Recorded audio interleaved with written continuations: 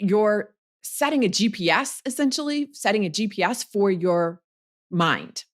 And so as you're going about your day, your mind is continuously scanning the horizon, scanning around, looking for ways to make that a reality.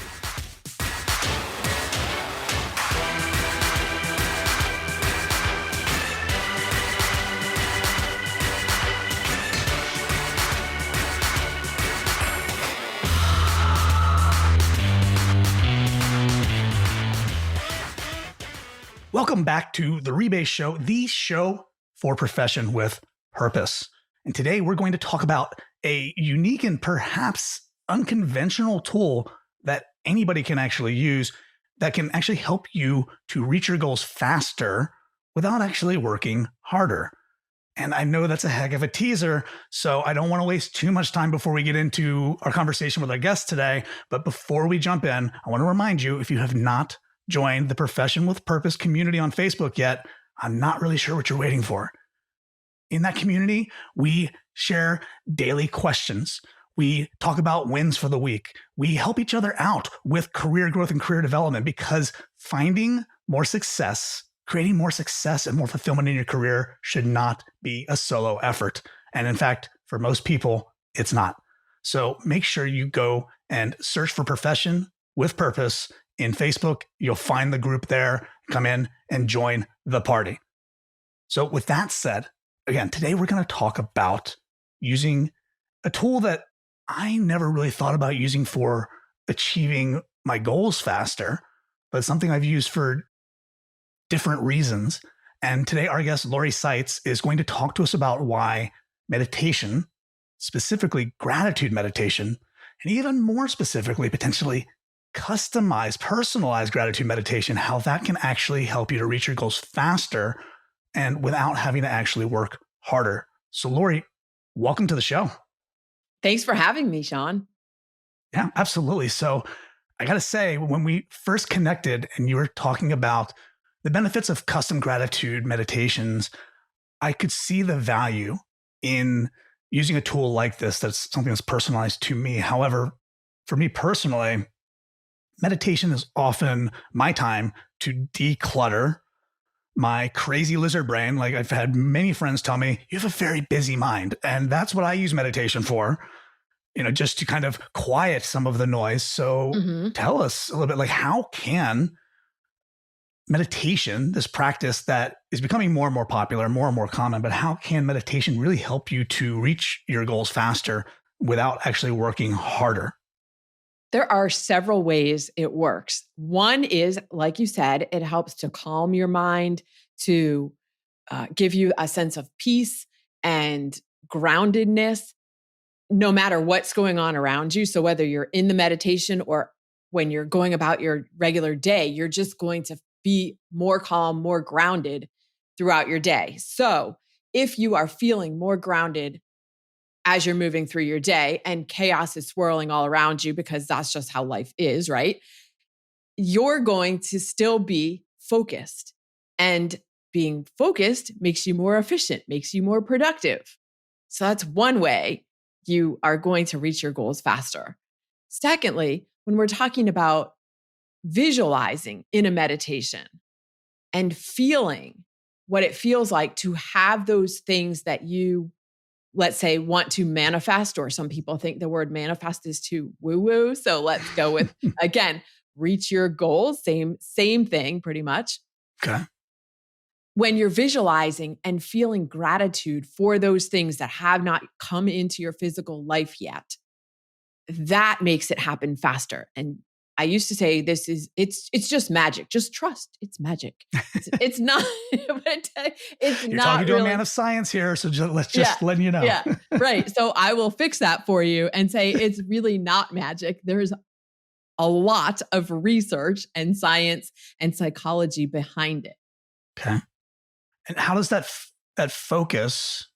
And you mentioned manifest, and I agree with you. Manifest essentially, in practical terms, to me, just means to bring something into reality that didn't previously exist, right? And Yes. it's not like magic where you wave a wand and it appears, but you do make something happen that previously was just a thought or an idea. So how does that focus then make that manifesting happen faster? Is it because you're not distracted by other things? Is it, like what is the magic there of actually visualizing something? And I know I said magic, but what is the trick there when you're visualizing something that actually makes it more likely to happen and happen sooner? The way that it works is that you're setting a GPS, essentially setting a GPS for your mind. And so as you're going about your day, your mind is continuously scanning the horizon, scanning around, looking for ways to make that a reality.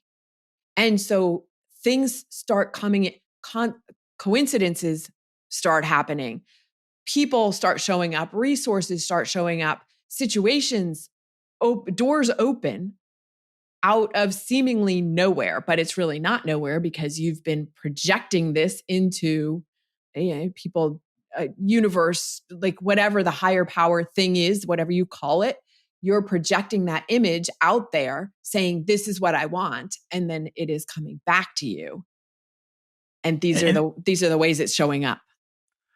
so is it that, because I've always been fascinated by this, and I think we talked previously about the again, magic of the reticular activating system in your mind and what you see. And the basic example that I've heard was you go out and buy a Honda Accord, and from that day forward, you see so many Honda Accords on the road, not because there are more of them, but because you have a frame of reference and it's something that you recognize, you pick up on, and that basically your brain has to filter out everything that is in front of it because it can't just absorb everything. It'll just be way too much information overload. So how much do you think, and I'm not asking so much for like the scientific proof of it, but like in your opinion, how much of it is that these things actually present themselves to you more, and how much of it is they were there before, you just notice them more now because you've had this visualization, you set this intention?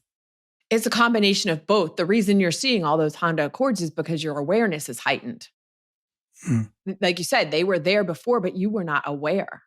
Mm-hmm. And so now you're becoming aware. You're making your mind more aware. You're making a statement and saying, this is what I want to see.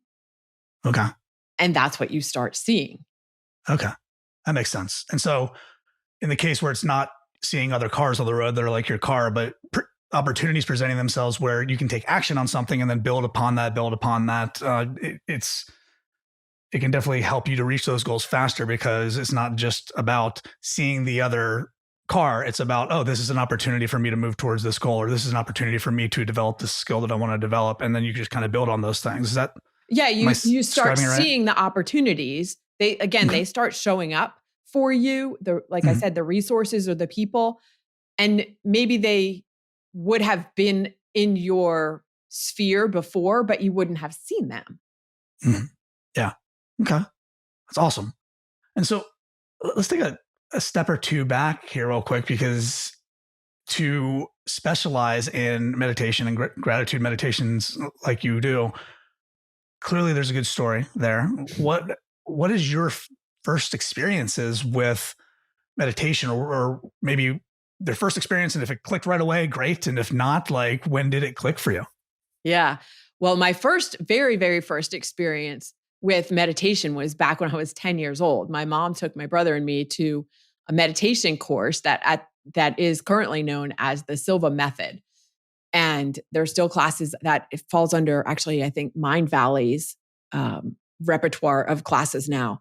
So you can still learn the Silva method. So yeah, 10 years old, practiced it for a couple of years, and then became a teenager, and I don't need this anymore. And then Because you know everything. I know everything, right? I don't need this. And then I didn't practice meditation for years, like, I don't know, 20 years. And then but I knew the benefits of it.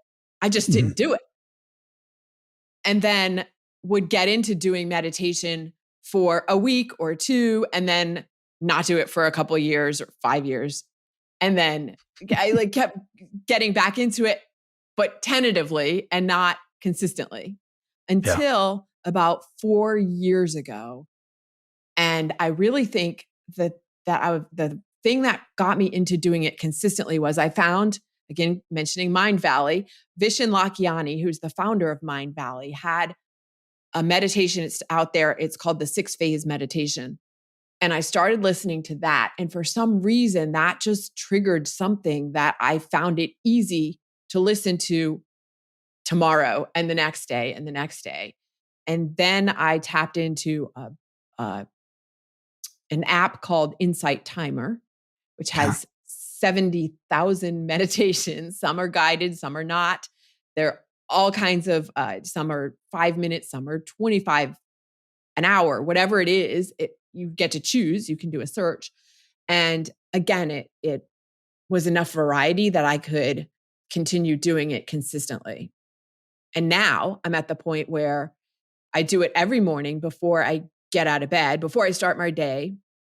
And if I don't, it feels really weird. It's like leaving the house without brushing your teeth. I like that analogy. That's great. It seems to me that meditation, mindfulness in general, at least from my experience over the years, is a lot like exercising or going to the gym or what have you. Is it's okay if what works for somebody else doesn't work for you. Mm-hmm. The key is to find the thing that works for you, works for your time, works for your disposition, your personality.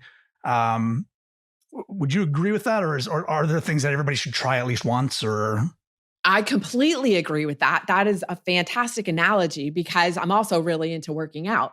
And people will say, I don't like working out. Well, what else? What have you tried? Running, weightlifting, archery, dancing? What is it that there's chasing so many kids around a room? Right. There is some exercise for everyone. And at the same, I also believe there is some way of meditating for everyone. And so here's a really interesting misconception that a lot of people have. And that is that meditation means sitting on a mat, cross-legged for an hour at a time in complete silence, and without any thoughts running through your head. Wait, so I've been doing it wrong? No, if you can do that, more power to you. Most people cannot. And but if that's what they believe is meditation, that's also why they think they can't do it or they're doing it wrong. Gotcha. So then I'll put you on the spot here. If that's not meditation, or that's not the only form of meditation, what is meditation? Meditation is about getting yourself into a state where you can start to feel relaxed, where you can start to tap into that inner part of yourself where there is a knowing. Like, we have the answers to all the questions that we have. This is bringing up a memory for me that my friend Janine used to always ask. We would be talking and I'd say, well, I don't know what to do. She'd say, yes, you do. If you did know what to do, what would you do? Yes. Okay. That would always make me so angry because I'm like, I don't know. That's actually one of my favorite coaching prompts ever. I've heard Tony Robbins use it a billion times. I know that coaches, like my coaches, have used it a million times. Yeah. Because I personally, I can't stand even admitting, like, I don't know. I don't know what to do. I don't know, what to do next. I don't know what path to take. I'm like, well, if you did know, what would the answer be? And I'm like, but you're right. The answer is there. You just have to, are you saying you just have to clear the clutter out, or you have to, how does tapping into that more inner version of yourself, or those inner resources, how does that help? Maybe that's not the right question, but like, how do you know what to do, but you don't know what to do, and then you just pull that out of yourself? Yeah. Well, you don't always necessarily come up with an answer right away, but you're giving yourself space to allow an answer to come to you. Okay. And so going back to your original question about what is meditation, then meditation, prayer is a form of meditation. Gardening could be considered a form of meditation. Running, whatever it is that gets you into this alpha or theta brainwaves. I don't know if we want to go into talking about brainwaves, but getting into this relaxed state that allows you to be open to messages from God or the universe but your higher power, whatever it is, allowing, that's the great word, allowing. We're so, especially in our society, so I have to push. I have to find the answer. I have to know the answer. I have to get the answer. I have to do something. But what about just allowing the answer to come to you? It's not always about pushing as hard as you can. Yeah. Sometimes it's about taking a step back. Yeah. Really can be a challenge. Certainly not impossible. It can be a challenge for anybody who, I don't know, raise your hand if you've ever been a control freak. Yes. Ever in life, only all the time for so many years. But it can be difficult to create that space, to willingly admit that, okay, I don't have to actively create the solution to the problem. I don't have to have it and know it and right this second. I can't allow it to come to me. And for anybody who's listening or watching out there who's thinking, well, that sounds ridiculous. Like I need to come up with the answer. I'm sure that times in your life you have allowed an answer to come to you. It's what shower thoughts are. It's what, waking up in the morning with a brilliant idea is. It's actually allowing your subconscious brain in order to create or surface some ideas or some solutions for you. And the more, my experience, again, the more that happens for you and the more times you allow that answer to come to you, the more likely you are to say, okay, no, maybe I need to meditate a little bit more or do some meditative things a little bit more so that the hits can keep on coming, so to speak. So that's amazing. So yeah, and go ahead. I was just going to say, when you are practicing meditation on a regular basis, that channel is more clear, more frequently. So the answers can come to you faster because it's not having to go through sludge, let's say, to get to you. Right. It's like clearing the snow off of off the road or whatnot. It's less traffic. Right. Exactly. Yeah. That's one of the ways that I loved meditation being described to me. Maybe this was the Headspace app or somewhere where it talked about how you're just kind of like walk across the road, and if you think about a busy road, there's like, and I'm going to butcher this metaphor or this example. So if you think about a road, like a road is just a thing, and then all the cars flying by are your thoughts, and you can observe that they're there, but you don't have to like pay attention to every car that drives by. You really want like sort of an empty road, but eventually sometimes cars do come and pass. So I think what you're saying is exactly right. It's the more you clear out that pathway, it's kind of like exercising, you get in better health, and you can, the exercises come more easily to you. You can try something new or like a new exercise. And because you've built up the strength of all these other exercises, that new one becomes easier to you as well. So Right. And when you are, again, the metaphor of working out, when you're working out consistently, you can take a day or two off. You can be in maintenance mode and it won't affect you as detrimentally. Yeah. But you do miss it. You do miss it. You start missing it just like you start feeling like you left without brushing your teeth kind of thing. I want to address one other thing that you said about clearing your thoughts, because even longtime meditators, thoughts still come into your mind.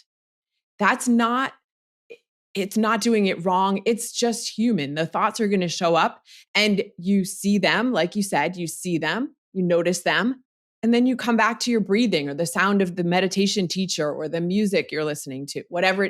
You just notice it and come back. And you might have to do that 10 times a minute, especially in the beginning. And that's okay. Yeah. I'm thinking about I was going to say early, but no, to this day, experiences with that where I will be in a 10-minute meditation, and then all of a sudden I find myself 2 minutes into a rabbit hole of thoughts, and I realize, oh crap, I just spent 2 minutes time thinking about this project or this thing, and like it happens. It's not like it's something that doesn't happen to longtime meditators. So you're right. Everyone, yeah. Interesting. So I've got so many different directions we could go with the conversation now. Okay. I want to talk a little bit about gratitude meditation, because specifically, you have a website and an offering for customized, personalized gratitude meditations. And Mhm. I'm a big fan of lots of types of meditation. And sometimes that might be more of an active priming, like Tony Robbins would recommend, or it might be a heart health or heart breathing meditation, or it might be a gratitude meditation, like gratitude journal every day, Yeah. air quotes. I'd say 6 days a week at least. Consistently, we'll say. Yes, exactly. Consistently. Yes. My habit tracker app would say consistently, would agree with you. So what is it about gratitude meditation that doesn't necessarily make it better than any other type of meditation, but that makes it work so well in this particular case that we're talking about? If you've got goals that you want to achieve, helping you to get there faster without, again, working harder. What is it about gratitude meditation in particular that It you think is so powerful? it's about feeling gratitude, practicing gratitude for the things that you already have. So I don't recall off the top of my head who said it, but about being grateful for how can you expect to get more if you can't be grateful for the things you already have? That's a complete paraphrase too, but when you think about it, it's it's important to feel grateful, feel gratitude for what you currently have and for what you've had in the past, what you currently have. And then to be grateful for the things that are on their way to you. That just plays such an important role in getting more, Hmm. being grateful for everything, for every situation. And this is not necessarily something that comes naturally to most people. Right. But again, it's a practice. Yeah. See a theme here, practice. Right. Exactly. Which The saying is that all the world's a stage. I think all the world is a practice. a Everything seems practice to be a stage. practice. Yeah. Yoga practice, meditation practice, working out as a practice. It Yeah. bothers me a little bit that doctors practice. I wish they would, actually go pro True. eventually. True. But I want to dive into, and maybe we'll get to it. I'll pause on it for right now, but I want to dive into what you said about being grateful for the things that are on their way, because that is something that may not come naturally to most people, I would say, and is probably an Yeah. unconventional way of thinking. I do love it. I want to dive into it here in a little bit, but you mentioned being grateful for every scenario, every situation. And there are certainly situations that it can be very difficult in somebody's life to be grateful for. And I would even go as far as to suggest that, yeah, there are probably certain situations that you're just going to have a really, really, really hard time to be grateful for. But in the spirit of finding gratitude in odd places, what's a story or what's an example that you have of being able to be grateful for something that, on the face of it, isn't something that you would normally find somebody being grateful for? Yeah, I'll dive into this story of how I even became what started me on the path of gratitude or becoming a quote unquote gratitude expert. So, when I started my first business, it was a baking company and I was selling a product called the gratitude cookie, which was a cross between a butter and a sugar cookie based on a family recipe.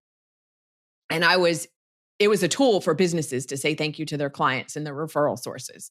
Now, before anybody's mouth starts watering, they are not in commercial production anymore. Okay, but back to the story. I had a mentor and we were talking about the business, but it turns out I was ironically not a very grateful person because I was always looking for what was wrong. I was complaining about what wasn't going right, all the things that weren't working in my life. And he said to me, Lori, you need to read chapter 7 of The Science of Getting Rich by Wallace D. Wattles. The book is a bunch of short chapters. Chapter 7 is on gratitude, and it's about 3 pages long. So his challenge to me was reading that chapter every day, once in the morning, once at night, for 30 days. And I said, fine, Paul, I'll take you up on that challenge. So I did it. Going to save you a lot of money on books. A lot of what? Going to save you a lot of money on books this month. Oh. Sorry, go ahead. Yeah. So I did that. And at the end of 30 days, guess what happened? You weren't any more grateful, or were you? Well, actually, nothing happened. Nothing happened. Nothing noticeable happened. I'll say nothing noticeable happened. Okay. Okay. A few months later, we were driving home from Thanksgiving dinner. It was about 11:30 at night, and up I-95 in South Florida, and smoke starts pouring out of the front of my car.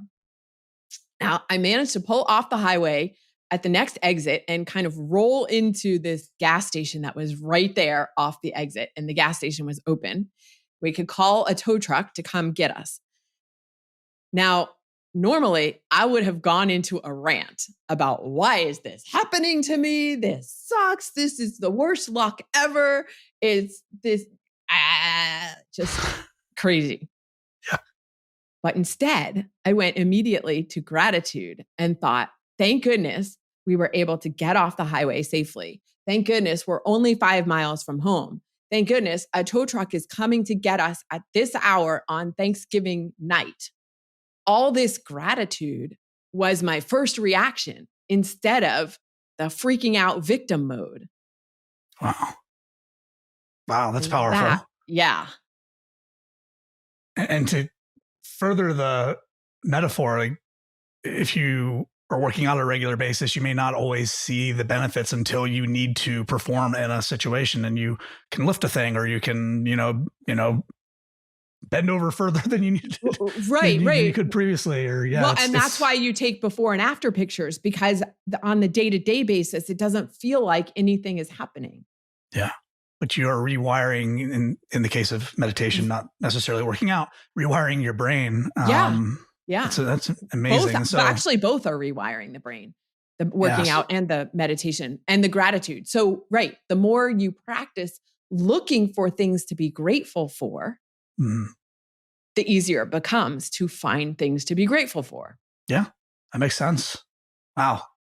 So how did that end up playing out then? That to finish up the story, like how did everything sort of wrap up? How do you think you showed up differently being grateful versus, I don't know, how do you think it could have gone if you would maybe gone the way that it would have happened before that gratitude practice? I mean, think about who would you rather hang out with? Somebody who's always finding the positive gratitude. And I'm not saying, well, I have been accused of wearing rose-colored glasses and being like Pollyanna-ish, but okay, fine. That's all fine. How do you want to go through life seeing things? You want to see the ugly and the negative all around you? You want to be criticizing and complaining all the time? Who wants to be around somebody like that? Or would you rather be the one who's optimistic and looking forward and finding the good? I'm not saying that you don't see negative, you don't feel sad or angry or frustrated ever. We're all human. At the same time, you can still find gratitude within those situations, no matter how negative they appear initially. Yeah. So again, who do you want to be around? No, exactly. And I know that I have friends who fall into both categories. Yeah. For those listening and watching, I will say that being able to practice this skill will make you not just healthier and happier and be able to achieve your goals faster. It also will make you a much better leader in any situation where you have to be a leader, whether that's being a parent or it's being a leader in the workplace or in a community organization. The first two characteristics that I always remember about a good leader is somebody who sees things as they are, not worse than they are. And so being objective about exactly how things are and not trying to paint a worse picture. And the second characteristic is being able to envision things as better than they currently are, so that you can actually, create a vision and lead people to an improvement. So it's really huge, I think, to be able to not just, to your point, find the upside to things or the rosy picture to things, not like unnecessarily, but to actually see the value in, certain situations and some of the positives in those situations, while recognizing that most things are not all good or all bad. So Right. It Excellent. comes back to being able to see the opportunities. Yeah. Yeah, exactly. Exactly. So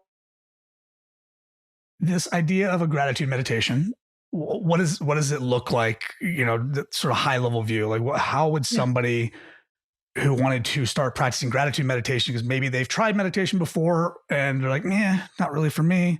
Maybe they experience similar to yours, Mhm. or maybe they have a meditation practice and they want to, include this into that practice. How would a meditation or a gratitude meditation potentially go?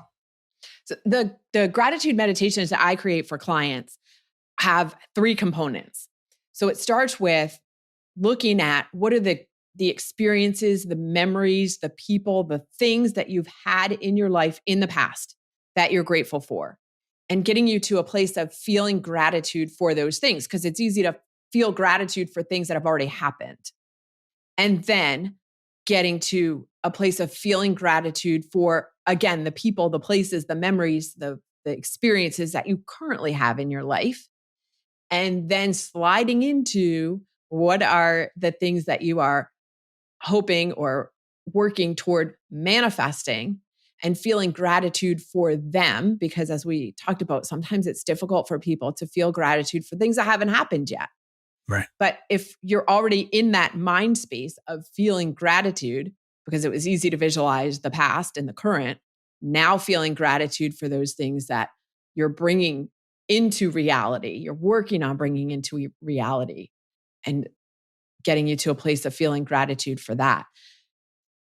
And with that, I will also say that I said working toward bringing into reality. This is not about sitting on your couch, meditating, and bags of money are falling from the sky. You still do need to take the steps, take action steps, whatever baby steps that it could be baby steps, doesn't matter, but still taking the steps.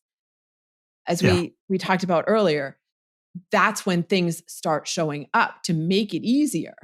But it is still your responsibility to take the actions.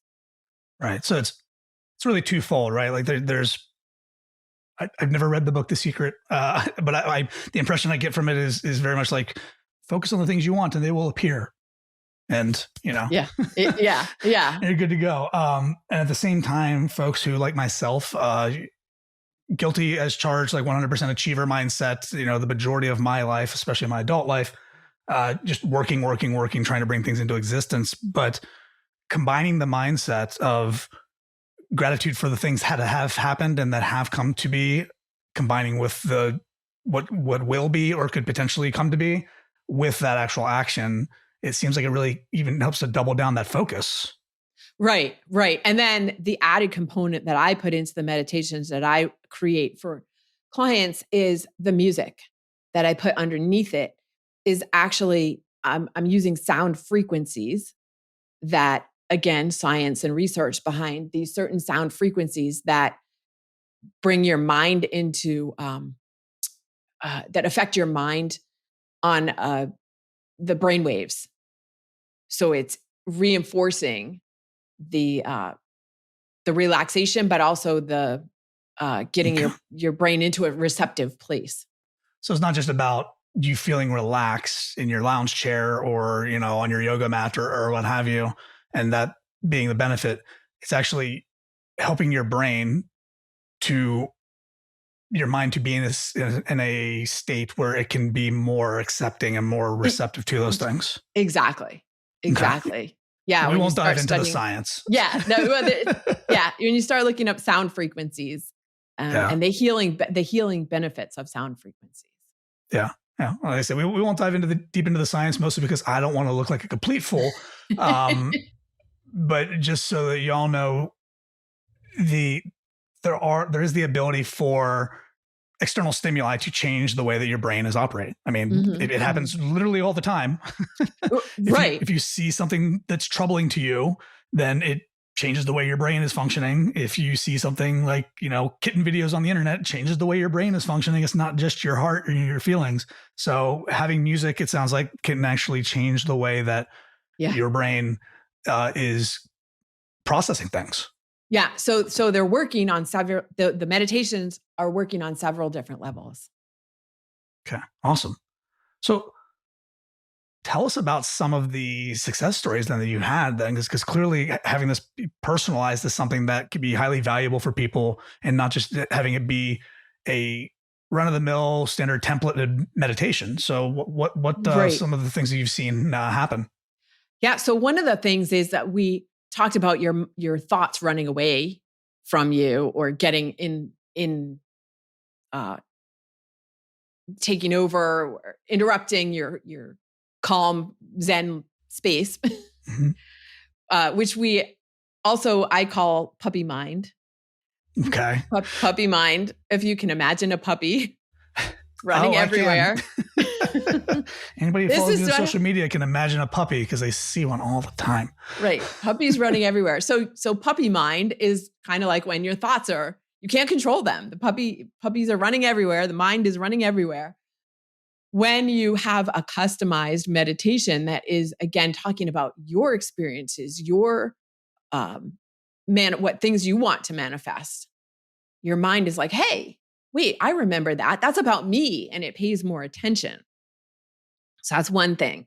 Uh, and then, so a lot of times meditation, when you're listening to it, even guided meditations, they'll say, think of a time when, and then they kind of leave you for you to bring up some kind of memory. And, you're spending 15 minutes trying to remember something and the meditation is over. And you're like, wait, I didn't come up with anything good yet. So, Or I didn't come up with a perfect thing. right. I came up with a thing and then I came up with a better thing. And so any perfectionist, that will happen. Right. So again, these meditations keep you more focused because I'm telling your mind what to think about. And so to that end, that's what your mind will focus on. And so to your question about success stories, Yeah. I have a client, Tracy, she started listening to the meditation every day. And a couple months into it, she found a new condo in a better location for less money than she was paying. She got a raise at her job and she manifested something else that was also in the meditation. Sure, maybe these things would have happened anyway. Kind of coincidental that they happened when she started listening to this meditation on a regular basis. Mm-hmm. Yeah, I mean, was she striving, Tracy? You said your client Tracy, was she striving for these things previously, unsuccessfully, or they're taking longer than she wanted them to? Like, what was the story kind of before she started working with the custom meditation? She had been doing other meditations. Mm-hmm. This one just seemed to resonate with her and keep her mind occupied better, and more focused than the other things. So, who doesn't want a raise at their job? Mm-hmm. Like, right. She was just doing her job like she always does. And then her boss said, hey, I'm going to give you some more money. Nice. Yeah. As far as the manifesting the new place to live, her lease was coming up. And she knew she was going to be moving, but she had no idea where she was going, she wasn't specific. Like, she wasn't already looking. Mm-hmm. She's not even the one who found the condo that she moved into. Someone else found it and said, hey, this looks like it would be a great place for you. So again, when you talk about people and places showing up, it's one of those things where, like, I really want to walk that line or that thin rope between, like, it sounds like magic, but it kind of is. Well, it's not supernatural. Define magic. I mean, we could use the word magic. There's nothing wrong with using that. Yeah, you don't want me to define magic, because I'll use like the comic book version. Obviously, like any advanced enough science that we can't explain, we call magic, or that's basically what magic is. And really, what's wrong with that? If it's working, I'd call it whatever you want. Yeah, the master tactician in me totally agrees with that. It's like, who gives a shit what you call it? Is it working? Right. That's awesome. Yeah. Yeah. So she managed to manifest those things and continue. And the other, even just listening to it one time. So I wouldn't expect people to be manifesting giant things by listening to it one time. But on the first listen, almost every single person I've created one of these meditations for has come back and said, oh my God, this is amazing, because it immediately puts them into a sense of trust and faith that what they are working towards is going to come. It's just, and meditation in general does that. But apparently there's something about these. And honestly, I was creating them for other people before I created one for myself. And the first time I listened to my own meditation, I had the same reaction. Oh my God, this is so powerful.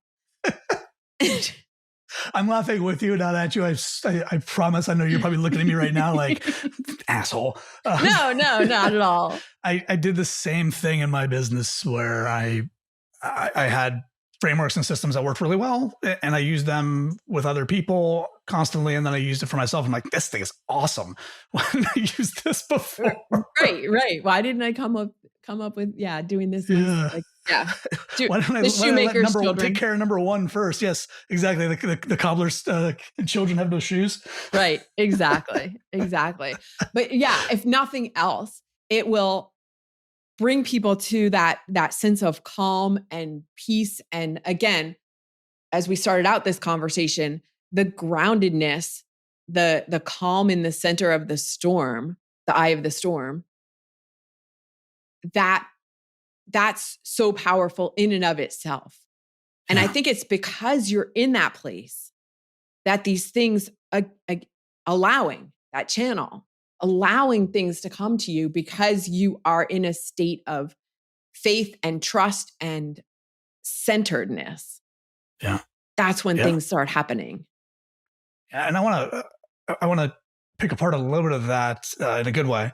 We're talking about trust and about faith. I am a fairly non-religious person. I'm not a militant atheist. I feel like sometimes those people are a little more religious than religious people about their belief. I'm pretty much a non-believer as far as classical religion goes. And I have made a total shift over the last decade or so into the balancing these ideas of fear versus faith. And I feel like, to some degree, everything we think or act upon is some version of it's fear-based or it's faith-based. And I think that you can have faith in the future. You can have faith in a better future and a better outcome in the universe, in the good of people, in anything, right? So when we're talking about faith, I don't think it has to necessarily be, for anybody out there who's similar to me, it doesn't necessarily have to be in God with a capital G, right? It's just faith in the future and good things happening and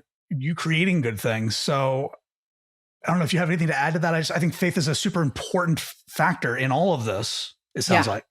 Yeah, I'm on the same page with you as far as religion and what your interpretation of faith is.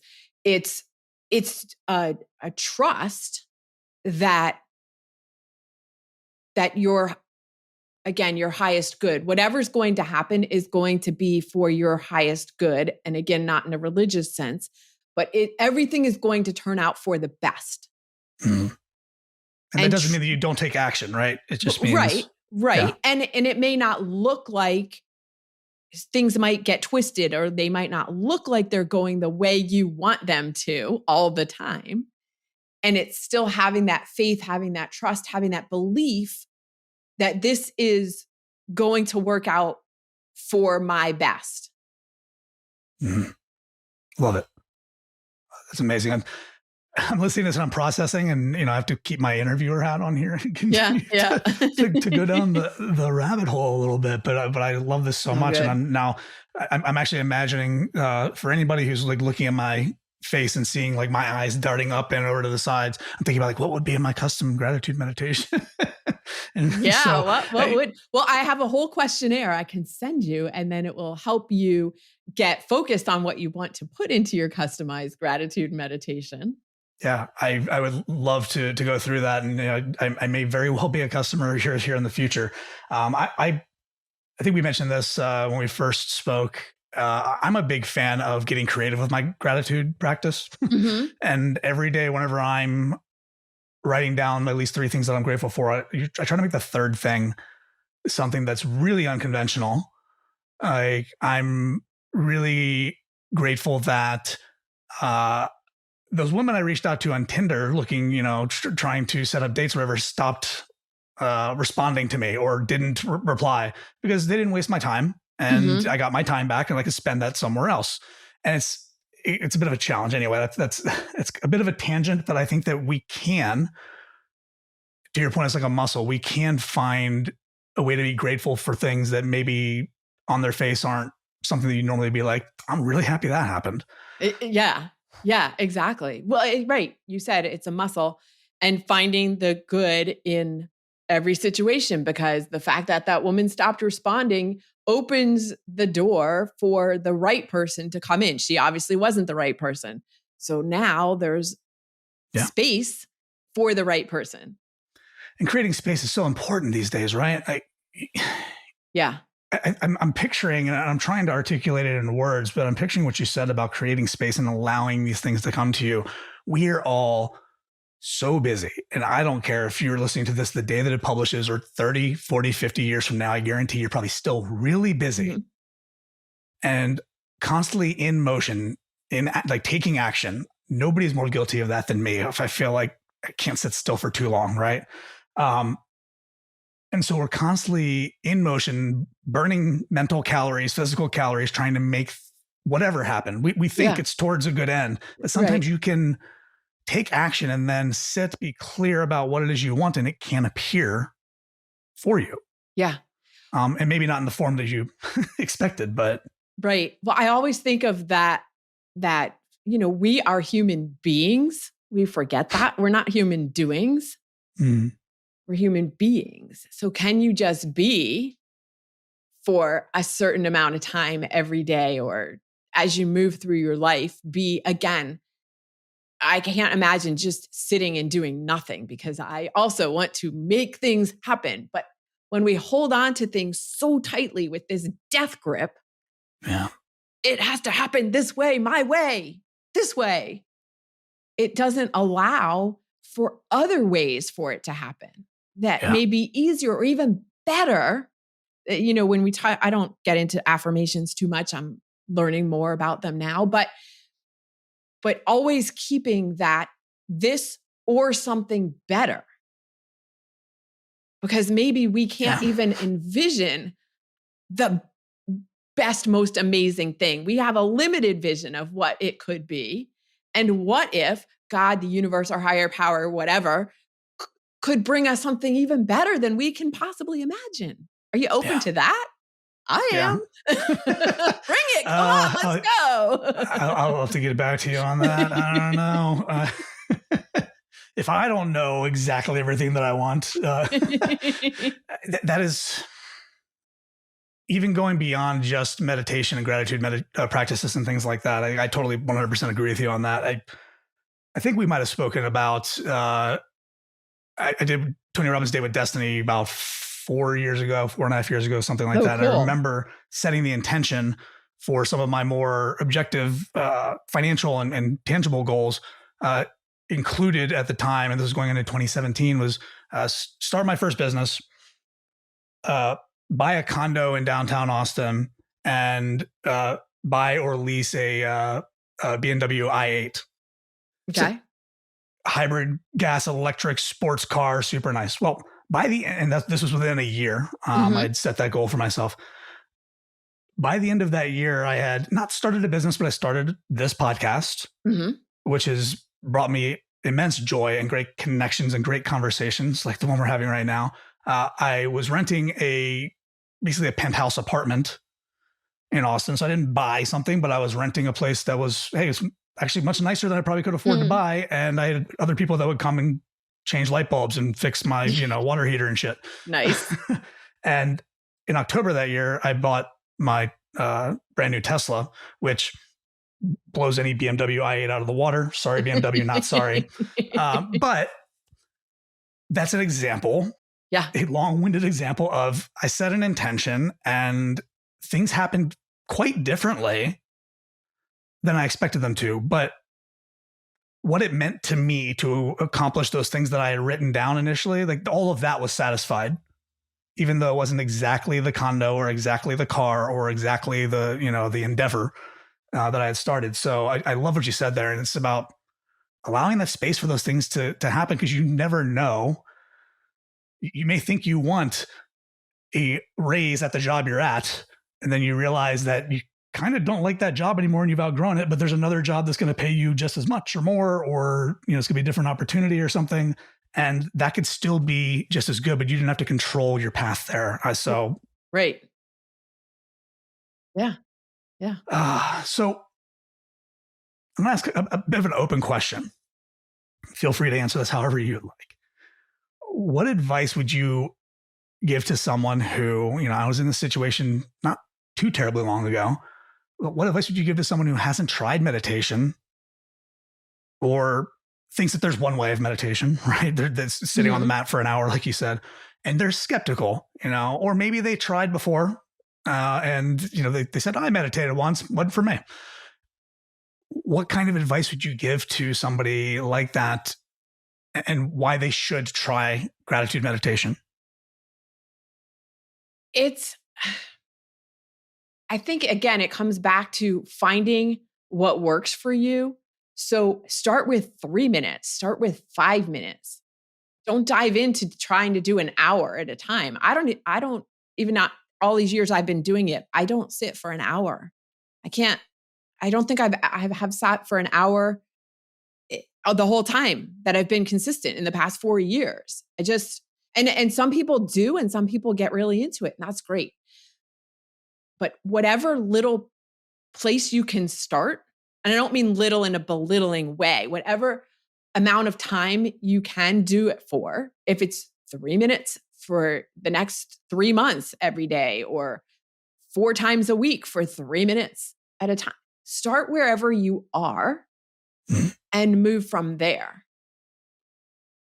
So just take action, get take started. Take action. And I mentioned the Insight Timer app, which I love because, again, you can find meditations that are guided, meditations that are just music, like whatever works for you. You can search on, and I have no affiliation. I'm not selling this. It's a free app. They do have a paid version, but the free, I just love it so much. I recommend it all the time. But you can search on anxiety, sleep, motivation, whatever terms you want to find a meditation for, you can find it there. So I recommend starting from where you are. Just again, going back to the working out analogy, because it's so great. If you need to start with 3-pound weights and that's what you do for the next 3 months, then great. You're starting somewhere. Yeah. Somewhere is better than not starting at all. Yeah. And I will say, at least because I've been the other side of the coin of I know folks will get embarrassed about going to work out, for example. It's like, oh, well, I'm doing these light weights, or I am overweight and all the people in the gym are, in better shape than me, or this and that. The beautiful thing about meditation, and I think people should still go and work out, even if they feel that self-consciousness, because most good people want to just help you get to where you want to go. But the good thing about a meditation practice or an inner mindfulness practice like this is you don't have to compare yourself to other people, and it would actually be to your detriment to do so, because you might see someone who's you think they completely have it together, but they have a ton of inner turmoil, and they could use the kind of mindfulness practice that you're doing. So there's not that glaring, superficial, I don't want to be the beginner when other people are so far ahead of me. It's just get started from where you're at, right? It's whatever works. And where I thought you were going to go with your comment there was, and no one has to see you. Also that. Yeah, you don't have to go and meditate in public in a park somewhere, or pay to go to a meditation class or anything like that. I can't help but think about, and this is so silly, I'm a huge fan of Parks and Recreation, the TV show, and I can't stop thinking about there's an episode where Ron Swanson and Chris Traeger go to a meditation like class or something like that. And Ron comes out, he said, I don't know what the point of that was. I didn't do anything. I didn't feel anything. I just sat there and thought about nothing for an hour. And that was the point. Yeah. I can't help myself with pop culture references sometimes. It's all good. Well, that's awesome. Well, thank you so much for coming on and illustrating so clearly how just doing this one simple practice can declutter things, can help you get more focus, and can literally, without more work, seems with less work a lot of times, can actually help you to move along and get closer to your goals and achieve them faster. Is there anything else you would leave our audience with? Again, a wonderful community of folks who just want more success and more fulfillment in how they spend over half their waking hours, right? In a career. Yeah. Any last bits of wisdom? Well, now that I directed everyone to the Insight Timer app, I will also share that I have a free 6-minute gratitude meditation that you can get at my website that could be a great place to start as well, because then you're not going into an app with 70,000 meditations and, oh my God, which one do I choose? Overwhelmed with decision, because we all know, too much choice and you make no choice. So if you come to my website, you can download this free 6-minute gratitude meditation and you don't have to decide which one you want. It's right there for you. Perfect. We've removed the illusion of choice, folks. Did it all right here. Awesome. And what is the website? We'll include it in the show notes, but if anybody who's listening right now wants to punch it in on the phone or something, what's the website? It's customizedmeditation.com. Customizedmeditation.com, all one word, I assume. No dashes or anything like that. Just all one word. Customizedmeditation.com. Very cool. Very cool. And if folks want to connect with you, reach out, learn more about you, is there a particular social media platform you prefer, or? There is. I love LinkedIn. Okay. So find me on LinkedIn. You'll have, I know my name, Lori Saitz, is a little weird. You can spell Lori 10 different ways. You can spell Saitz. And we'll put that in the show notes too. But yes, it'll all be in the description. Yeah. LinkedIn is the best place. My company, we didn't mention, is called Zen Rabbit. Okay. And so my Facebook page is Zen Rabbit, and YouTube, Zen Rabbit Video. But LinkedIn is really the best place to find me. Awesome. Well, we will compile all of those wonderful links into the description, show notes, what have you. Thank you so much again for my pleasure. And chatting about gratitude. And I can't think of a better topic. It's one of my favorite things in the world to discuss. And if it helps us to get our dreams closer to us and accomplish these things faster, then wow, like what a powerful, amazing tool. So why wouldn't everybody be using this? I mean, I think that they should be. So maybe that's our mission now. Sorry, like that's just what we have to do. We have to get literally 7 billion people to do this. So all right, let's go. Time's ticking. Time to get to work. I guess I need to up my podcast subscriber count a little bit. I'm thankful for all of you that are listening so far, though. I'm very grateful for you. Invite a friend to come listen. Absolutely. Absolutely. Well, thank you so much, Lori Saitz, for joining us today and talking about how gratitude meditation, in particular, customized gratitude meditations can help you to achieve your goals faster without actually working any harder. Sounds like magic to me. So until next time, for the Rebase Show, this is Sean signing off. Cheers. Hey, it's Sean again. I know you thought that was the end of the episode, but just when you thought you were out, we pulled you back in. Just for a minute, though, with a few final reminders as we wrap up our time today. First, if you haven't already subscribed, what are you waiting for? By subscribing to the show, you'll get access to every amazing conversation and solo episode in the archives. Everything from the future of work, to going into the business of you, to dealing with stress when you're feeling overwhelmed. And you'll automatically get every new episode right when it gets released. And I don't need to tell you how to do this because you're a podcast listener. And you're listening to this show, so you're obviously awesome. Now, if you are enjoying the show, then all I want for Christmas is your 5-star rating and review. And I've made it even easier for you to do so. Just tap the link in the show notes or go to ratethispodcast.com/rebase. Now, every new rating and review makes me feel like the popular girl in school. But more importantly, the podcasts with great reviews are the ones that get featured on podcast platforms. So more people will discover the show and we can continue to grow this movement of profession with purpose.